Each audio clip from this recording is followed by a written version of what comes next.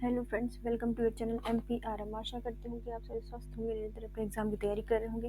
हमने अभी तक 1700 क्वेश्चन कंप्लीट कर लिए हैं महिला पर्यवेक्षक के पार्ट 4 के। इसके पूरे 2000 क्वेश्चन हम इसमें कंप्लीट करेंगे। यदि आपको सीरीज जल्दी चाहिए है, आपके जल्दी एग्जाम है, तो प्लीज़ आप कमेंट कर दीजिए, हम आपके लिए इसकी लिंक सेंड कर देंगे। तो चलिए स्टार्ट करते हैं। यदि आप हमारे चैनल पर नए हैं, अभी तक चैनल सब्सक्राइब नहीं किया है, तो वीडियो को लाइक कीजिए, कमेंट कीजिए, चैनल को सब्सक्राइब कीजिए और अपने प्यारे प्यारे फ्रेंड्स के वीडियो को शेयर कीजिए। चलिए स्टार्ट करते हैं। 1700 नंबर का क्वेश्चन है, जिंदगी की शुरुआत में बच्चा किसके द्वारा निर्देशित होता है। जो बच्चा जिंदगी की शुरुआत होती है उस समय कैसे निर्देशित होता है, तो वह सहज ज्ञान से निर्देशित होता है। कैसे? सहज ज्ञान के द्वारा निर्देशित होता है। 1701 में कोहल वर्ग के अनुसार सही या गलत प्रश्न के बारे में निर्णय लेने की में जो सम्मिलित चिंतन प्रक्रिया होती है उसे क्या कहा जाता है? उसे कहा जाता है नैतिक तृष्णा। तो कोहल वर्ग के अनुसार सही या गलत प्रश्न के बारे में निर्णय लेने में शामिल चिंतन प्रक्रिया को क्या कहा जाता है? नैतिक तृष्णा कहा जाता है।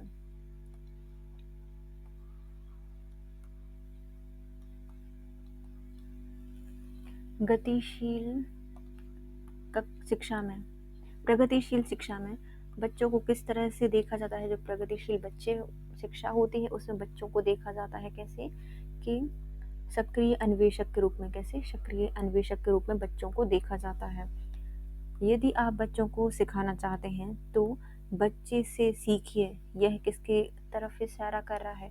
तो यह बाल केंद्रित शिक्षा की ओर इशारा कर रहा है। यदि आप बच्चों को सिखाना चाहते हैं तो बच्चों से सीखिए, यह इशारा क्या करता है? बाल केंद्रित शिक्षा के बारे में। एक बाल केंद्रित कक्षा में बच्चे सामान्यतः सीखते हैं। तो एक बाल केंद्रित कक्षा में बच्चे कैसे सीखते हैं? तो वह व्यक्तिक रूप से सीखते हैं। कैसे सीखते हैं? व्यक्तिक और सामूहिक दोनों रूप से सीखते हैं। व्यक्तिक और सामूहिक दोनों रूप से सीखते हैं। प्राइमरी स्तर पर अनुदेशन होना चाहिए। तो प्राइमरी स्तर पर कैसा अनुदेशन होना चाहिए? प्राइमरी स्तर पर अनुदेशन होना चाहिए छात्र केंद्रित। कैसे होना चाहिए? छात्र केंद्रित होना चाहिए, बच्चों पर केंद्रित हो। जिस दिए गए कार्य को करते समय बच्चे स्वयं आनंद लेते हैं, इसका अनुभव प्राप्त करते हैं, उसे क्या कहा जाता है? उसे कहा जाता है उपभोक्ता प्रकार कार्य। जिस कार्य को करते समय बच्चा आनंदित होता है उस कार्य को अनुभव प्राप्त करते हुए क्या कहा जाएगा? उपभोक्ता प्रकार कार्य कहा जाएगा। उपभोक्ता प्रकार कार्य इसको कहा जाता है। NCF 2005 किस प्रकार की शिक्षण प्रणाली को प्रोत्साहित करता है? NCF 2005 किस प्रकार की शिक्षा प्रणाली को प्रोत्साहित करता है? तो यह एक समावेशी शिक्षा को प्रोत्साहित करता है। कैसी? समावेशी शिक्षा को प्रोत्साहित करता है।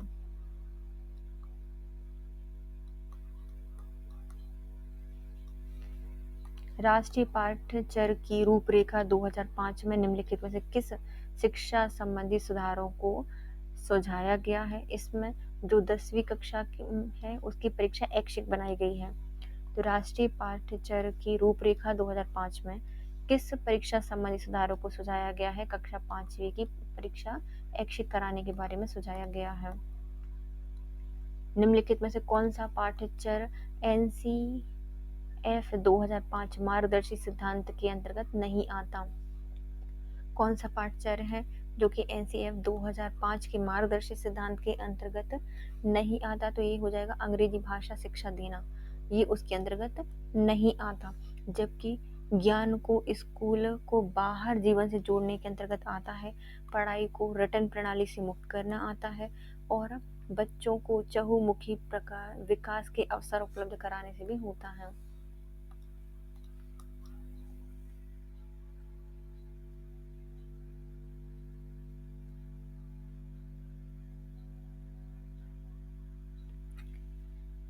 किसके अनुसार संपूर्ण व्यक्तित्व की पूर्ण एवं संतुलित क्रियाशील को मानसिक स्वास्थ्य कहा जाता है? तो किसके द्वारा ये कहा गया है कि संपूर्ण व्यक्तित्व को पूर्ण एवं संतुलित क्रियाशीलता को मानसिक स्वास्थ्य कहा गया है? ये कहा गया है हेडफील्ड के द्वारा। हेडफील्ड के द्वारा ये कहा गया है। एरिक्सन के अनुसार आप अपना व्यक्तित्व समायोजन नहीं कर सकते यदि आप अपने आप को नियंत्रण करने में असमर्थ हैं। तो किसके द्वारा, एरिक्सन के द्वारा कहा गया है कि यदि आप अपना व्यक्तित्व समायोजन नहीं कर पाएंगे जब तक आप अपने आप को नियंत्रण करने में असमर्थ हैं।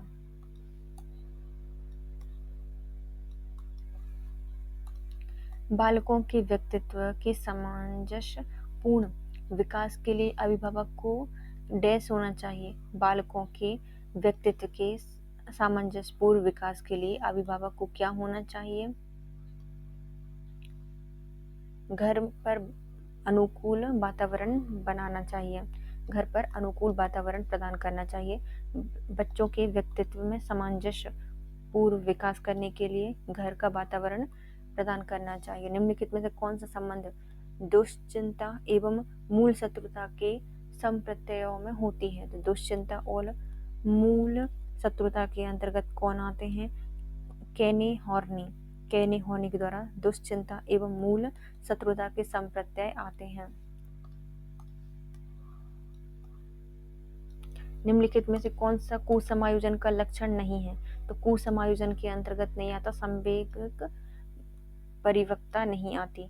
कुसमायोजन के लक्षण कौन सा नहीं है? सांवेगिक परिपक्वता नहीं होती। लेकिन आपसे सहपाठी से लड़ाई झगड़ा होता है, नाखून चबाना और काटना होता है और हकलाना भी, यह कुसमायोजन के लक्षण होते हैं। निम्नलिखित में से कौन सा कथन अधिगमन के बारे में सत्य नहीं है ना? अधिगमन के बारे में कौन सा सही नहीं होगा?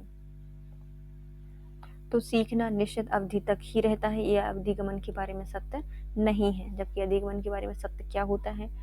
व्यक्ति जीवन से ही सीखना, मतलब जन्म से ही सीखना प्रारंभ कर देता है, सही है। व्यक्ति अपने जीवन पर्यंत कुछ न कुछ सीखता रहता है, सीखने के लिए कोई स्थान विशेष सुनिश्चित नहीं रहता, तो ये भी सही है।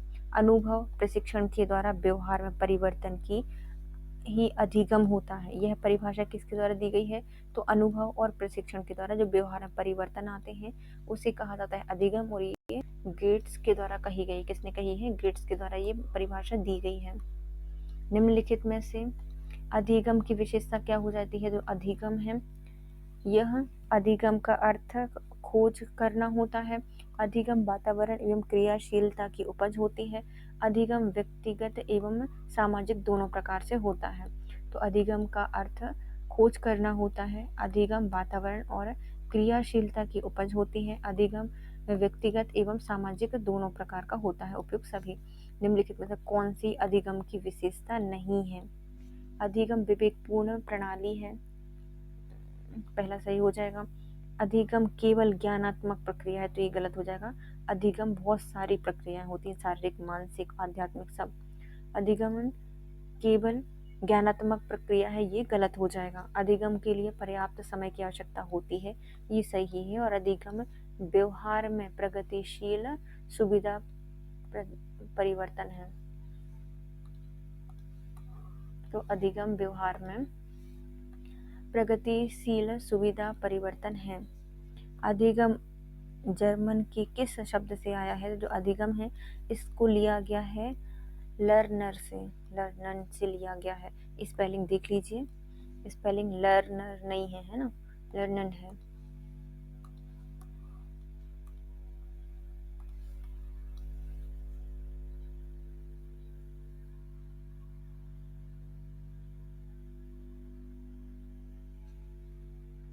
निम्नलिखित में से किसके अनुसार नवीन ज्ञान, नवीन प्रतिक्रियाओं को अर्जन करने की प्रक्रिया अधिगमन कहलाती है? तो किसके अनुसार नवीन ज्ञान, नवीन प्रक्रियाओं को अर्जित करने की प्रक्रिया को अधिगम कहा जाता है? ये कहा है हमारे वुडवर्थ के द्वारा ये कहा गया है कि नवीन ज्ञान, नवीन प्रक्रियाओं को अर्जन करने की प्रक्रिया क्या कहलाती है? अधिगमन कहलाती है। किसके अनुसार अधिगमन के अंतर्गत वातावरणीय आवश्यकताओं की पूर्ति के लिए व्यवहार में आए समस्त परिवर्तन सम्मिलित होते हैं? तो किसके अनुसार कहा गया है कि अधिगम के अंतर्गत वातावरणीय आवश्यकताओं की पूर्ति के लिए व्यवहार में आए समस्त परिवर्तन शामिल किए जाते हैं? ये कहा है गार्डन मार्फी के द्वारा। किसने कहा है? गार्डन मार्फी के द्वारा ये कहा गया है।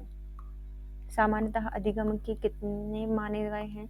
तो जो अधिगम है इसके कितने प्रकार माने जाते हैं? सामान्यतः अधिगम के 2 प्रकार होते हैं, साइकिल चलाना पियानो बजाना यह किस प्रकार का अधिगम है? तो यह गत्यात्मक अधिगम है। साइकिल चलाना, पियानो बजाना गत्यात्मक अधिगमन है। चिंतन करना, योजना बनाना किस प्रकार के अधिगम के अंतर्गत आता है? तो चिंतन करना और योजना बनाना ये आते हैं हमारे संज्ञानात्मकवादी अधिगम, मानसिक अधिगम और समस्या समाधान अधिगम, उपयुक्त सभी के अंतर्गत आता है। चिंता करना, योजना बनाना, मानसिक अधिगम, समस्या समाधान अधिगम और संज्ञानवादी अधिगम के अंतर्गत आते हैं। द कंडीशन ऑफ लर्निंग पुस्तक के लेखक कौन है? द कंडीशन ऑफ लर्निंग पुस्तक के लेखक है रॉबर्ट गिनी। रॉबर्ट गिनी के द्वारा लिखी गई है द कंडीशन ऑफ लर्निंग पुस्तक। आशुवेल ने अधिगम के कितने प्रकार बताए हैं? जो आशुवेल हैं इनके द्वारा बताए गए हैं 4। आशुवेल के द्वारा अधिगम के प्रकार बताए गए हैं 4। निम्नलिखित में से कौन सा रॉबर्ट गिनी का अधिगम का प्रकार नहीं है?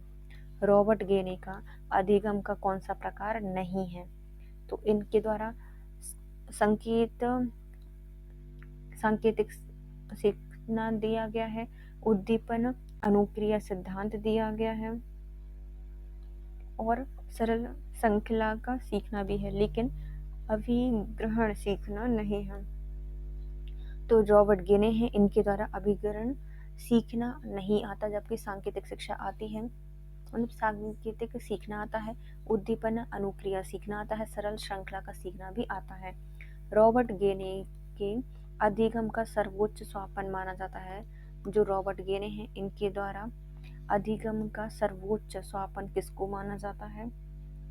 अधिगमन का सर्वोच्च तरीका है यह है समस्या समाधान सीखना। समस्या समाधान सीखना यह रॉबर्ट गिनी के अनुसार सर्वोच्च सोपान है। समस्या सबसे बड़ी होती है, समस्या के समाधान के लिए सब कुछ सीख लिया। रॉबर्ट गिनी के अनुसार समस्या समाधान सीखना सबसे सर्वोच्च सोपान होता है। कहानी, कविता याद करना किस प्रकार के अधिगम के अंतर्गत आता है? तो कहानी और जो कविता होती है इनको याद करना ये हमारी शाब्दिक सहचर सीखने के अंतर्गत आते हैं। शाब्दिक सहचर सीखने के अंतर्गत आती है। बालक द्वारा गणित और विज्ञान नियमों को सीखना किस प्रकार के अधिगम में आता है? तो बालक के द्वारा गणित और विज्ञान के नियम सीखना यह क्या है? नियम सीखने के अंतर्गत आता है। एक बालक की मां द्वारा उसे कहा जाता है कि शेर तेज आवाज करता है, वह जंगल में रहता है। बालक अपने मस्तिष्क में वैसी ही रचना कर लेता है। यह किस प्रकार के अधिगम के अंतर्गत आता है? तो ये आता है संप्रत्यय अधिनियम के अंतर्गत, अधिगम के अंतर्गत है ना। संप्रत्यय अधिगम के अंतर्गत आता है। संप्रत्यय सीखना अधिगम के अंतर्गत आता है।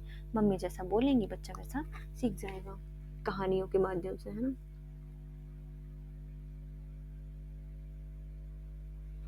एक अध्यापक द्वारा बालक से कहा जाता है कि उसमें से बताइए कि त्रिभुज और आयत कौन से हैं। तो बालक किस प्रकार के अधिगम के अंतर्गत सीख रहा है? तो बालक से क्या कहा गया है कि त्रिभुज और आयत के बीच में अंतर करना है। तो यह क्या है?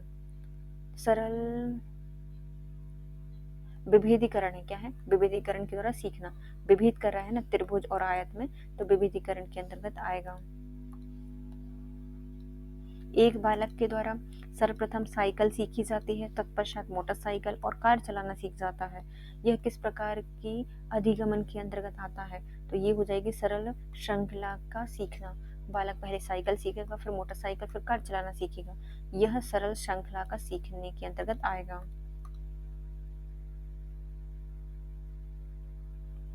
अध्यापक द्वारा कक्षा में छात्रों को लाल, हरी और पीली बत्ती के बारे में समझाया जाता है। यह किस प्रकार के अधिगम किससे संबंधित है? तो अध्यापक के द्वारा कक्षा में छात्रों को लाल, हरी और पीली बत्ती के बारे में समझाया जाता है। यह किस प्रकार के अधिगम से संबंधित हो जाएगा? तो ये हो जाएंगे संकेतक सीखना। क्या है? संकेतों के माध्यम से सीखना।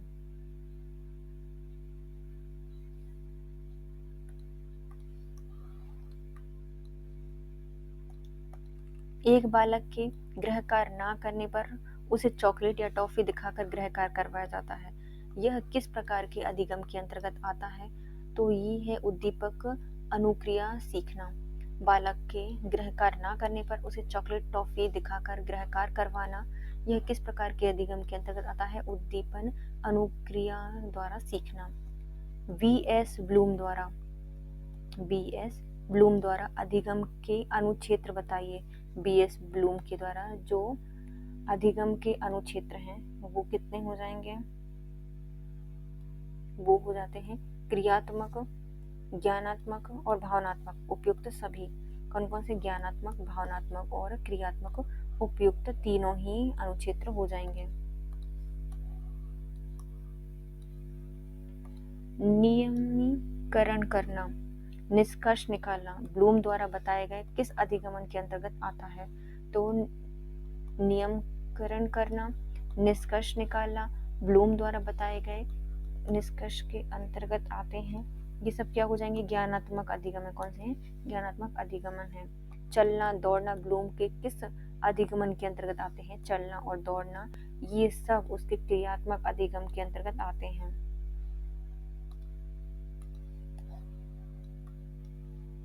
माता पिता द्वारा अपने बालक के प्रति प्रेम सहानुभूति की जाती है, उसे किस में शामिल किया जाता है? तो माता पिता के द्वारा बालक के प्रति प्रेम और सहानुभूति की जाती है, तो इसे भावनात्मक अधिगम कहा जाएगा। क्या कहा जाएगा? भावनात्मक अधिगमन कहा जाता है।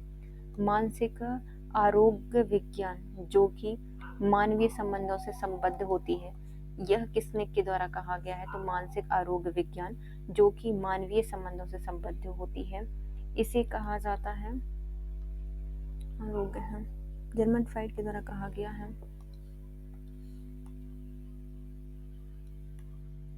निम्नलिखित में से किस प्रवृत्ति बालक को अनुशासन सीखने के लिए उचित होगा? तो किसी प्रवृत्ति बालक को अनुशासन सिखाने के लिए क्या सबसे ज्यादा उपयोगी होगा? तो प्रजातांत्रिक प्रविधि। क्या? प्रजातांत्रिक प्रविधि मतलब जो करना है प्रजा अपने आप से करे तो वो खुद अनुशासित हो जाएगा। प्रजातांत्रिक प्रविधि का प्रयोग करना चाहिए।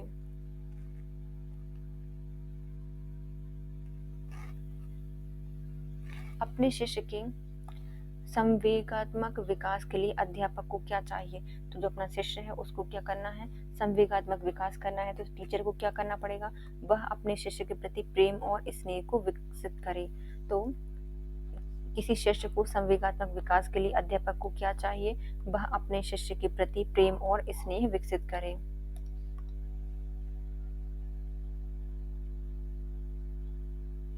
कुसमायोजित व्यक्ति कहलाते हैं जो। कुसमायोजित व्यक्ति कौन कहलाते हैं? जो अधिकतर अनुचित ढंग से द्वंद्वात्मक स्थिति का सामना करते हैं, समाज विरोधी गतिविधियों में सहभागिता करते हैं, द्वंद्व को दूर करने में असमर्थ होते हैं उपयुक्त सभी। कुसमायोजित व्यक्ति वे कहलाते हैं जो अधिकतर अनुचित ढंग से द्वंद्वात्मक स्थिति का सामना करते हैं, समाज विरोधी गतिविधियों में सहभागिता करते हैं, द्वंद्व को दूर करने में समर्थ होते हैं उपयुक्त सभी कुसमायोजित व्यक्ति कहलाते हैं। तनाव को कम करने, अंतर्द्वंद को सुलझाने में प्रत्यक्ष तरीकों में शामिल नहीं होता। तो तनाव को कम करने में, अंतर्द्वंद को सुलझाने में प्रत्यक्ष तरीकों में कौन सा शामिल नहीं होता? तो जो हमारा आर निर्णय है ये प्रत्यक्ष तरीकों में शामिल नहीं होता। आर निर्णय प्रत्यक्ष तरीकों में सम्मिलित नहीं होता तनाव को कम करने में। संवेगात्मक बुद्धि के संप्रत्यय में योग्यता सम्मिलित नहीं है। संवेगात्मक बुद्धि के संप्रत्यय में योग्यता सम्मिलित नहीं है। किसमें सम्मिलित नहीं है योग्यता? तो संवेग उत्तेजित करने की। संवेगात्मक बुद्धि के संप्रत्यय में योग्यता शामिल नहीं होती, संवेग उत्तेजित करने की नहीं होती। लेकिन संवेगात्मक बुद्धि के अंतर्गत समझने की होती है, नियंत्रित करने की बुद्धि होती है और मूल्य निर्धारण और अभिव्यक्त करने की भी बुद्धि होती है, योग्यता होती है, लेकिन उत्तेजित करने की योग्यता नहीं होती। एक पूर्ण शारीरिक, मानसिक एवं सामाजिक कल्याण की स्थिति क्या कहलाती है? तो एक पूर्ण शारीरिक, मानसिक, सामाजिक कल्याण की स्थिति के अंतर्गत आता है मानसिक स्वास्थ्य। एक शारीरिक, मानसिक, सामाजिक कल्याण की स्थिति के लिए मानसिक स्वास्थ्य की आवश्यकता होती है। संवेगात्मक बुद्धि को लोकप्रिय बनाने का श्रेय किसको जाता है? जो संवेगात्मक बुद्धि होती है, इसको लोकप्रिय बनाने का श्रेय जाता है डेनियल गोलमैन को। संवेगात्मक बुद्धि है, लोकप्रिय हो गई क्योंकि लोग इसके आजू बाजू गोल गोल गोल गोल घूमते रहते हैं। डेनियल गोलमैन के द्वारा इसको लोकप्रिय बनाया गया है। किस पहलू में मानसिक स्वास्थ्य को बनाए रखने की विधियां बताई गई हैं? तो मानसिक स्वास्थ्य को बनाए रखने की जो विधियां बताई गई हैं वह संरचनात्मक पहलू के अंतर्गत आती है। संरचनात्मक पहलू के अंतर्गत आती है मानसिक स्वास्थ्य को बनाए रखने की विधियां। मानसिक स्वास्थ्य को बनाए रखने की विधियां आती हैं संरचनात्मक पहलू के अंतर्गत। निम्नलिखित में से कौन सी डेनियल गोलमैन द्वारा संवेगात्मक बुद्धि की एक विशेषता नहीं है? संवेगात्मक बुद्धि की कौन सी एक विशेषता नहीं होगी? तो आत्म संतुष्टि नहीं होती। गोलमैन के अनुसार संवेगात्मक बुद्धि को लोकप्रिय बनाया गया है। इसमें आत्मचिंतन आता है, आत्मनियंत्रण आता है और सामाजिक कौशल आता है, लेकिन आत्म संतुष्टि नहीं आती। डेनियल गोलमैन के अनुसार सामवेगिक बुद्धि का विकास किया गया है। इसमें आत्मचिंतन, आत्मनियंत्रण और सामाजिक कौशल विकसित किया गया है, लेकिन आत्म संतुष्टि नहीं आती। निम्नलिखित में से कौन सी योग्यता सामवेगिक बुद्धि के लिए एबिलिटी मॉडल से संबंधित नहीं है? ऐसी कौन सी योग्यता है जो कि सामवेगिक बुद्धि के एबिलिटी मॉडल से संबंधित नहीं है? एक हो जाएगी संवेगों की आत्म अवधारणा, एबिलिटी मॉडल से संबंधित नहीं होती। एबिलिटी मॉडल से संबंधित है संवेगों का प्रयोग करना, एबिलिटी है तुम्हारी, कर लोगे। संवेगों को समझना एबिलिटी है, कर लेंगे। और प्रत्यक्ष रूपीकरण भी कर सकते हैं, लेकिन आत्म अवधारणा नहीं कर सकते।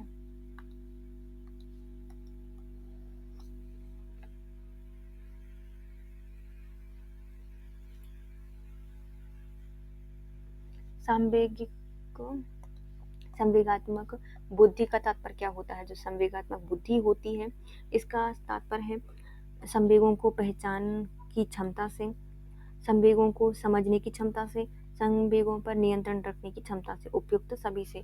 संवेगिक बुद्धि का तात्पर्य है संवेगों को पहचानने की क्षमता से, संवेगों को समझने की क्षमता से और संवेगों को नियंत्रित करने की क्षमता से। सांवेगिक बुद्धि बुद्धिलब्धि से अधिक महत्वपूर्ण क्यों होती है? पुस्तक के लेखक कौन हो जाएंगे? सांवेगिक बुद्धि बुद्धिलब्धि से अधिक महत्वपूर्ण क्यों है? इस पुस्तक के लेखक कौन है? तो इस पुस्तक के हैं डेनियल गोलमैन। इन्हीं के द्वारा सांवेगिक बुद्धि बताई गई है ना, तो सांवेगिक बुद्धि को लोकप्रिय बनाया है गोलमैन के द्वारा। इन्हीं के द्वारा इसमें बुद्धिलब्धि से अधिक महत्वपूर्ण क्यों है यह पुस्तक भी लिखी गई है डेनियल गोलमैन के द्वारा।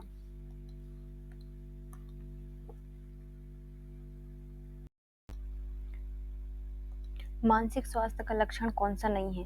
मानसिक स्वास्थ्य का लक्षण देखो, पहले तो सहनशीलता होती है, आत्मविश्वास होता है, सामंजस्य की योग्यता होती है, लेकिन अपरिपक्वता मानसिक स्वास्थ्य के अंतर्गत नहीं आती। मानसिक स्वास्थ्य के अंतर्गत अपरिपक्वता नहीं आती, बल्कि परिपक्वता आ सकती थी। बालक के मानसिक स्वास्थ्य में बाधा डालने वाले कारक कौन से होते हैं? जो बालक है उसके मानसिक स्वास्थ्य पर बाधक होते हैं परिवार का विघटन, वंशानुक्रम का प्रभाव और शारीरिक दोष। ये उपयुक्त सभी किसी भी बच्चे के मानसिक स्वास्थ्य पर बाधक बनते हैं। अध्यापक के मानसिक स्वास्थ्य के लिए आवश्यक है। अध्यापक के मानसिक स्वास्थ्य के लिए आवश्यक है क्या? तो सामाजिक सम्मान की प्राप्ति, विद्यालय की जनतांत्रिक वातावरण, पद की सुरक्षा और पर्याप्त शिक्षण सामग्री। उपयुक्त सभी। तो किसी भी अध्यापक के मानसिक स्वास्थ्य के लिए जरूरी है कि उसको समाज में सम्मान मिले, विद्यालय में जनतंत्री व्यवहार हो, पद की सुरक्षा हो और पर्याप्त शिक्षण सामग्री होनी चाहिए। उपयुक्त सभी। बालक के कुसमायोजन से तात्पर्य है, जो बच्चे का जो कुसमायोजन होता है उसका तात्पर्य किससे है? तो बच्चे का जो कुसमायोजन है इसका तात्पर्य है साधारण सी बाधा उत्पन्न होने पर मानसिक संतुलन खो देता है, तो ये सही है। पर्यावरण से संतुलन स्थापित नहीं कर पाता, संतुष्टि और सुखी न रहना। उपयुक्त सभी। बालक के कुसमायोजन का तात्पर्य है साधारण सी बाधा उत्पन्न होने पर मानसिक संतुलन खो देता है, पर्यावरण से संतुलन स्थापित नहीं कर पाता, सुखी और संतुष्ट नहीं रहना। ये सब कुसमायोजन के लक्षण हो जाएंगे। सांवेगिक बुद्धि में कौन सी योग्यता नहीं होती? सांवेगिक बुद्धि के अंतर्गत कौन सी योग्यता नहीं होती?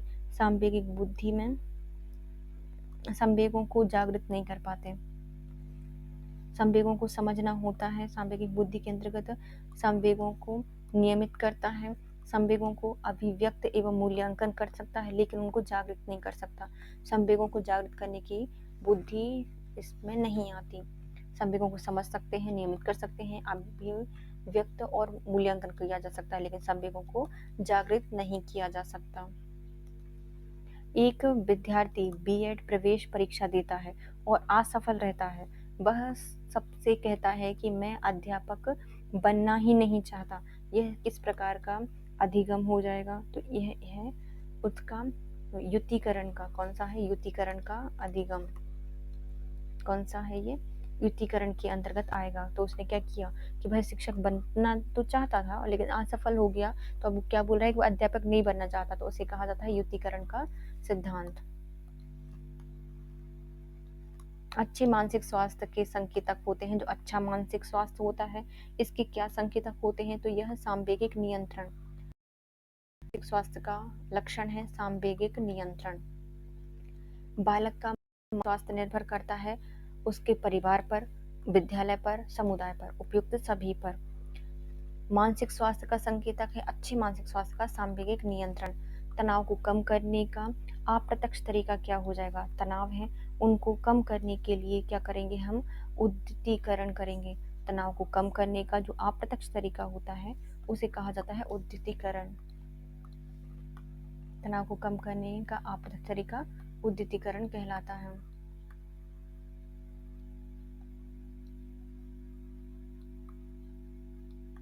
मानसिक स्वास्थ्य के संप्रत्यय की पूर्ण जानकारी एक शिक्षक को योग्य बनाती है। यदि मानसिक स्वास्थ्य की संप्रत्यय की जानकारी शिक्षक को होगी तो शिक्षक क्या हो जाएगा?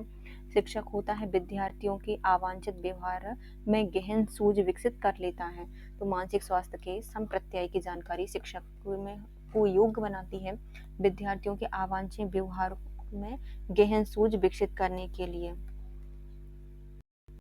शिक्षक के समायोजन की प्राथमिक जिम्मेदारी होती है। जो शिक्षक है उसके समायोजन की प्राथमिक जिम्मेदारी किसके पास होती है?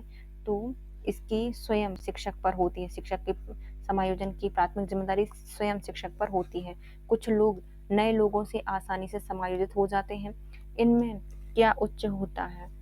तो इनमें पाया जाता है सांवेगिक लब्धि, EQ अच्छा होता है ना। तो कुछ लोग अन्य लोगों से आसानी से समायोजित हो जाते हैं, इसे सांवेगिक लब्धि या फिर EQ कहा जाता है। क्या कहा जाता है इसको? EQ कहा जाता है। जब एक विद्यार्थी स्वयं की असफलता का दोष सहयोगी कारकों को देता है तो उससे अवांछनीय व्यवहार से उत्पन्न हट जाए, इसे क्या कहा जाता है? तो इसे कहा जाता है वह क्या कर रहा है? प्रेक्षापण कर रहा है ना, प्रेक्षापण कर रहा है। तो कोई विद्यार्थी है स्वयं की असफलता का दोष अपने सहयोगी कारकों को देता है, इससे वह अवांछित व्यवहार से ध्यान हटा लेता है, तो उसे क्या कहा जाता है? प्रक्षेपण कहा जाता है। क्या कर रहा है? दूसरे पर प्रक्षेपित कर रहा है अपने दोस्त को। एक 8 वर्षीय बालक अपने छोटे भाई की तरह घुटने पर चलता है, ये क्या कर रहा है? प्रतिगमन कर रहा है। तो 8 साल का बच्चा छोटे बच्चे को देखकर उसकी तरह घुटने पर चल रहा है, तो ये क्या कर रहा है? प्रतिगमन कर रहा है, क्योंकि भैया वो तो हो चुका ना, उसकी वो स्टेज निकल गई, फिर भी प्रतिगमन कर रहा है।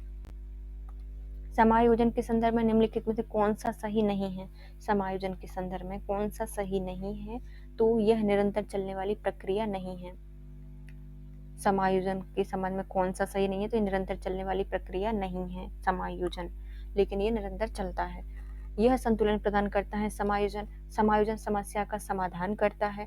समायोजन की अनुपस्थिति में व्यक्ति तनाव, संघर्ष और चिंता से घिर जाता है। ये सभी सही हो जाएंगे, लेकिन समायोजन जीवन निरंतर चलने वाली प्रक्रिया के अंतर्गत आता है। जब बच्चा यह पहचान लेता है कि प्रत्येक व्यक्ति दूसरे लोगों के विचार एवं भावनाओं से अवगत है, तो यह कहलाता है तो बच्चे को क्या लग रहा है कि हर व्यक्ति दूसरे व्यक्ति की भावनाओं से अवगत है, तो इसे कहा जाता है आत्म प्रतिबिंब। क्या कहा जाता है? आत्म प्रतिबिंब। सेल्फ रिफ्लेक्शन कहा जाता है। बच्चे को क्या लग रहा है कि सब लोग, एक आदमी दूसरे की विचार भावनाओं को समझ सकता है, अवगत है उससे, तो आत्म प्रतिबिंबित अवस्था कहलाती है ये। एक बच्चा किस तरह विद्यार्थी है जो कि विषयों से संबंधित भौतिकी गतिविधियां करते हुए अच्छे तरीके से सीखता है? तो यह किसके अंतर्गत आएगा? तो कोई बच्चा है क्या कर रहा है, भौतिक गतिविधियों को करते हुए अच्छे से सीखता है, तो गति संवेदी है। क्या है? गति संवेदी है। कोई व्यक्तित्व का प्रक्षेपी परीक्षण कौन सा नहीं होगा? तो व्यक्तित्व को मापने के लिए बहुत सारे परीक्षण बनाए गए हैं, तो कौन सा है जो कि प्रक्षेपी प्रदर्शन नहीं करता? तो ये है हमारा 16 PF परीक्षण। 16 PF परीक्षण व्यक्तित्व के परीक्षण को प्रतिबिंबित नहीं करता। TAT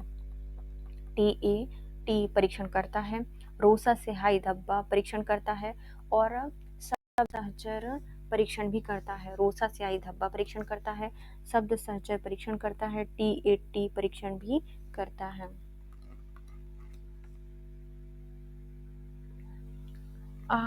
कंडीशन ऑफ लर्निंग जो पुस्तक है किसके द्वारा लिखी गई है? कंडीशन ऑफ लर्निंग जो पुस्तक है यह लिखी गई है RM गेनी के द्वारा। किसने लिखी है? RM गेनी के द्वारा कंडीशन ऑफ लर्निंग पुस्तक लिखी गई है।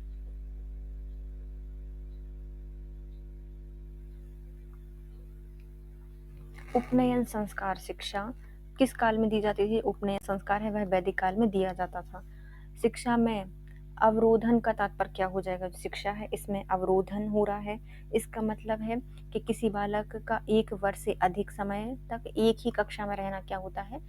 अवरोधन कहलाता है। शिक्षा में अवरोधन मतलब एक बच्चे का 1 से अधिक साल तक एक कक्षा में रहना अवरोधन कहलाता है। प्रगतिशील शिक्षा के संदर्भ में निम्नलिखित में कौन सा कथन जॉन डीवी के अनुसार समुचित है? तो प्रगतिशील शिक्षा के अंतर्गत कौन सा कथन है जो कि जॉन डीवी के अनुसार समुचित है? जॉन विद्यार्थियों को स्वयं ही सामाजिक समस्याओं को सुलझाने में सक्षम होना चाहिए। जॉन डीवी ने कहा है कि इतना प्रगतिशील बनो कि स्वयं ही विद्यार्थी अपनी सामाजिक समस्याओं को सुलझाने में सक्षम हो जाएं। जटिल परिस्थितियों को संसाधित करने से शिक्षक बच्चों की समस्या या सहायता कर सकता है। तो जटिल परिस्थितियों को संसाधित करने से शिक्षक बच्चों की सहायता कर सकता है। कैसे? तो यह कार्य को छोटे हिस्सों में बांटने के लिए निर्देश लिखकर, तो जटिल परिस्थितियां हैं उनको संसाधित करना है, मतलब उनको संशोधित करना है। तो टीचर क्या कर सकते हैं? तो बच्चों से बोल सकते हैं कि समस्या या जो कार्य है उसको छोटे छोटे हिस्सों में बांटो और उसका निर्देशन लिखो। कक्षा में अनुशासन बनाए रखने के लिए सर्वाधिक प्रतिभाशाली या प्रभावशाली उपाय क्या हो सकता है? तो कक्षा में अनुशासन बनाए रखने के लिए सबसे प्रभावशाली तरीका होगा कि हम अनुशासनहीन छात्रों को कक्षा से बाहर निकाल दें, है ना? क्या करेंगे? अनुशासनहीन छात्रों को क्या कर दें? कक्षा से बाहर निकाल दें, या फिर ऐसी जगह बैठा दें जहां पर वो अनुशासन न बिगाड़ पाए। तो सबसे अच्छा तरीका होता है अनुशासनहीन छात्रों को क्लास से बाहर निकालना। बच्चे प्रभावी रूप से सीखते हैं जब वे श्याम पट्ट पर अध्यापक के द्वारा लिखे गए उत्तरों की नकल करते हैं। नहीं। पाठ्यक्रम में दिए गए तथ्यों को याद करते हैं। नहीं। वे विभिन्न गतिविधियों और कार्यों में सक्रिय रूप से भाग लेते हैं। वे शिक्षक कक्षा में होने वाली सभी घटनाओं एवं बच्चों को पूर्ण रूप से नियंत्रित करता है। नहीं। तो क्या होगा? बच्चे प्रभावी रूप से कब सीखे हैं? जब विभिन्न गतिविधियां और कार्यों में सक्रिय रूप से भाग लेते हैं। खुद सक्रिय रूप से भाग लेगा बच्चा तो ज्यादा अच्छे से सीखेगा। शिक्षण अधिगमन प्रक्रिया में वंचित समूहों से संबंधित विद्यार्थियों के द्वारा सहभागिता कम होने की स्थिति में एक शिक्षक को क्या करना चाहिए? शिक्षण अधिगम प्रक्रिया में वंचित समूहों से संबंधित विद्यार्थियों के द्वारा सहभागिता कम होने की स्थिति में एक शिक्षक को क्या करना चाहिए? तो अपनी शिक्षण पद्धति पर विचार करना चाहिए और बच्चों की सहभागिता में सुधार करने के लिए नए तरीके ढूंढने चाहिए। यदि कोई बच्चा अधिगम प्रक्रिया से वंचित समूहों से संबंधित विद्यार्थियों के द्वारा सहभागिता कम होने की स्थिति में टीचर क्या करेगा, पहले तो अपनी शिक्षण पद्धति के बारे में विचार करेंगे, फिर बच्चों में सहभागिता सुधार करने के लिए नए तरीके ढूंढेंगे।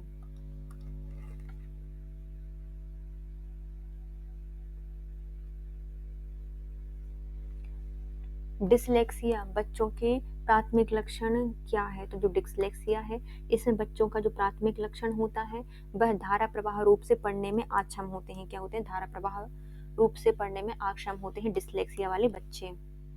थर्नडाइक का सिद्धांत निम्नलिखित में कौन सी श्रेणी के अंतर्गत आता है? जो थर्नडाइक है, इनके द्वारा जो सिद्धांत दिया गया है वह आता है व्यवहारात्मक सिद्धांत है। ठंडक आ जाएगी व्यवहार में, जब आप थर्नडाइक के नियम पढ़ोगे तो जो थर्नडाइक का सिद्धांत है वह व्यवहारात्मक सिद्धांत से संबंधित है। थर्नडाइक का सिद्धांत व्यवहारात्मक सिद्धांत के अंतर्गत आता है। बच्चे के संज्ञानात्मक विकास के संदर्भ में निम्नलिखित में से कौन सा पियाजे की संरचना हो जाएगी? बच्चे के संज्ञानात्मक विकास के संदर्भ में कौन सी है जो कि पियाजे की संरचना के अंतर्गत आते हैं? ये है हमारे स्कीमा। स्कीमा संज्ञानात्मक विकास जीन पियाजे के द्वारा संरचना दी गई है स्कीमा। छात्र केंद्रित शिक्षा शास्त्र की क्या विशेषता होती है? छात्र केंद्रित शिक्षा शास्त्र की जो विशेषता होती है वो है बच्चों के अनुभव को प्रमुखता देना। छात्र केंद्रित शिक्षा शास्त्र के अंतर्गत जरूरी होता है कि बच्चों के जो अनुभव हैं उनको प्राथमिकता देना। संवेग और संज्ञान एक दूसरे से डैश हैं, तो जो संवेग हैं और जो संज्ञान है उनका संबंध किससे हो जाएगा? एक दूसरे से सन्निहित हैं। संवेग और संज्ञान एक दूसरे से सन्निहित होते हैं। संरचनावादी ढांचे में अधिगम प्राथमिक रूप से संबंधित होता है। जो संरचनावादी ढांचा होता है इसमें संवेग अवबोधन की प्रक्रिया पर केंद्रित होते हैं। कैसे होते हैं? अवबोधन की प्रक्रिया पर केंद्रित होते हैं। संरचनावादी ढांचे में एक संरचनावादी ढांचा है, पूरा बना दी, उसमें अधिगम का प्राथमिक रूप से अवबोधन की प्रक्रिया पर केंद्रित होंगे। अब उसको बोध कराएंगे। अवबोधन की प्रक्रिया पर केंद्रित होते हैं। कंप्यूटर पर आधारित शिक्षण प्रतिमान किसने प्रतिपादित किया था? तो कंप्यूटर पर आधारित जो शिक्षण प्रतिमान है यह प्रतिपादित किया गया है हमारे लॉरेंस डेविस के द्वारा। लर्न करो, कंप्यूटर से लर्न कर सकते हैं। कंप्यूटर आधारित जो शिक्षण प्रतिमान होता है यह लॉरेंस डेविस के द्वारा प्रतिपादित किया गया है। लॉरेंस डेविस के द्वारा प्रतिपादित किया गया है। बच्चों को अधिगम गतिविधि में भागीदारी करने के लिए लगातार पुरस्कार देना, दंड का प्रयोग करने से क्या प्रभाव पड़ता है? तो बच्चे को अधिगम गतिविधियों में भागीदारी करने के लिए लगातार पुरस्कार देना, दंड का प्रयोग करना, यह क्या दिखाएगा या क्या बताएगा? तो अधिगम में बच्चों की स्वाभाविक अभिरुचि और जिज्ञासा कम हो जाती है। यदि हम अधिगमन की प्रक्रिया में किसी भी भागीदारी में भाग लेने पर किसी बच्चे को लगातार दंड देंगे, पुरस्कार देंगे, तो इससे अधिगम में बच्चे की स्वाभाविक अभिरुचि, जिज्ञासा कम हो जाएगी।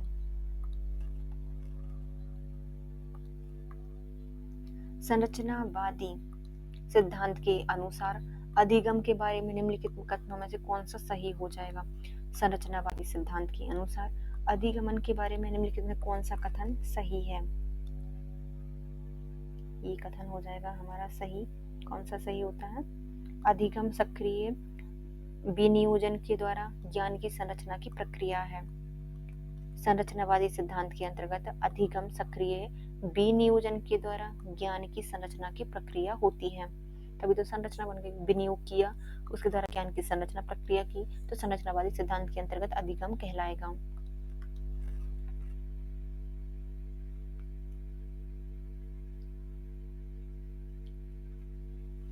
विद्यार्थियों को स्पष्ट उदाहरण और गैर उदाहरण देने के क्या परिणाम होते हैं? यदि विद्यार्थी को हम स्पष्ट उदाहरण दें और गैर उदाहरण दें, इससे क्या पड़ेगा फर्क? तो यह अवधारणात्मक परिवर्तनों को प्रोत्साहित करने के लिए यह प्रभावशाली तरीका होता है। अवधारणात्मक परिवर्तनों को प्रोत्साहित करने के लिए यह प्रभावशाली तरीका होता है। विद्यार्थी को स्पष्ट उदाहरण देना, गैर उदाहरण देना यह अवधारणा परिवर्तनों को प्रोत्साहित करने के लिए प्रभावशाली तरीका है। एक प्राथमिक विद्यालय की अध्यापिका बच्चों को एक प्रतिभाशाली समस्या समाधानकर्ता बनाने के लिए किस प्रकार से प्रोत्साहित कर सकती? प्राथमिक विद्यालय की अध्यापिका है वह बच्चों को एक प्रभावशाली समस्या समाधानकर्ता बनाने के लिए किस तरीके से प्रोत्साहित कर सकती है? बच्चों को सहजानुभूत अनुमान लगाने के लिए प्रोत्साहित कर सकती है और उसी पर आधारित विचार मंथन करके बच्चों को सहजानुभूत अनुमान लगाने के लिए प्रेरित करके और उसी पर आधारित विचार मंथन करने के लिए प्रोत्साहित करके कर सकती है क्या? समाधानकर्ता बना सकती है, प्रभावशाली। शिक्षक बच्चे की जटिल अवधारणाओं की समझ को किस प्रकार से सहज रख सकते हैं? तो शिक्षक बच्चों की जो जटिल अवधारणाएं होती हैं उनकी समझ को किस प्रकार से सहज रख सकते हैं? तो यह अन्वेषण एवं परिचर्चा के लिए अवसर उपलब्ध कराकर जटिल अवधारणाओं की समझ को सहज रख सकते हैं। शिक्षक टीचर की जटिल अवधारणाओं को किस तरह से सहज रख सकते हैं? अन्वेषण और परिचर्चा के लिए अवसर उपलब्ध कराकर। अधिगम प्रक्रिया उद्दीपन एवं डैश के बीच की संपत्ति होती है। अधिगम प्रक्रिया उद्दीपन और जो अनुक्रिया होती है उसके बीच की संपत्ति होती है। मतलब पहले आता है उद्दीपन, फिर आता है अनुक्रिया, उसके बीच में आता है अधिगमन। अधिगमन प्रक्रिया उद्दीपन और अनुक्रिया के बीच की संगति होती है। इंद्रिय जनित गमक अवस्था कौन सी है? तो इंद्रियों से सारा काम किया जा रहा है तो इंद्रियों जनित गमक अवस्था हो जाएगी हमारी जन्म से लेकर 2 वर्ष तक की अवस्था इंद्रिय जनित अवस्था होती है। इंद्रिय होते हैं, सब कुछ हाथ से मांगते हैं, 2 वर्ष तक की अवस्था को इंद्रिय गमक अवस्था कहा जाता है। निम्नलिखित में किस अवस्था में भाषा संबंधी योग्यता का विकास अपने चरम उत्कर्ष पर होता है? तो भाषा संबंधी जो अपने चरम उत्कर्ष पर होती है यह औपचारिक संक्रियात्मक अवस्था है। औपचारिक संक्रियात्मक अवस्था। निम्नलिखित में किस अवस्था में भाषा संबंधी योग्यता का विकास अपने चरमोत्कर्ष पर होता है? औपचारिक संक्रियात्मक अवस्था में। औपचारिक संक्रियात्मक अवस्था में।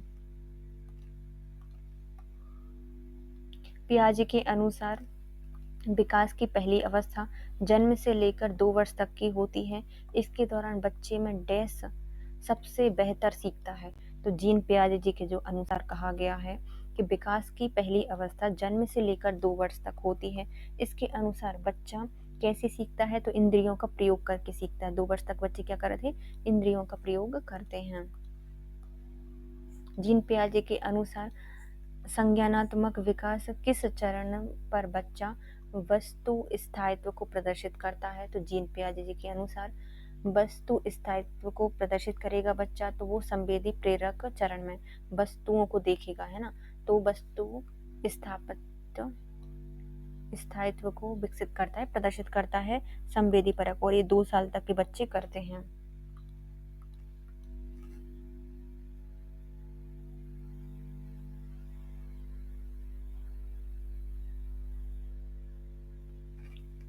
निम्नलिखित में से किसका कथन है कि ज्ञानात्मक विकास नकल पर आधारित होकर खोज पर आधारित होती है? तो किसके द्वारा कहा गया है कि ज्ञानात्मक विकास नकल पर आधारित होकर खोज पर आधारित होती है? ये कहा गया है जीन पियाजे जी ने।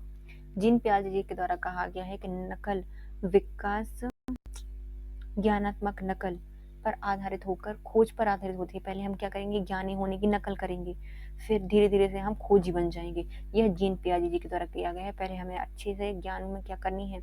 ज्ञानात्मक नकल करनी है, फिर प्यार से हम क्या बन जाएंगे? खोजी बन जाएंगे। खोज पर आधारित होती है, जीन पियाजे जी के द्वारा ये कहा गया है।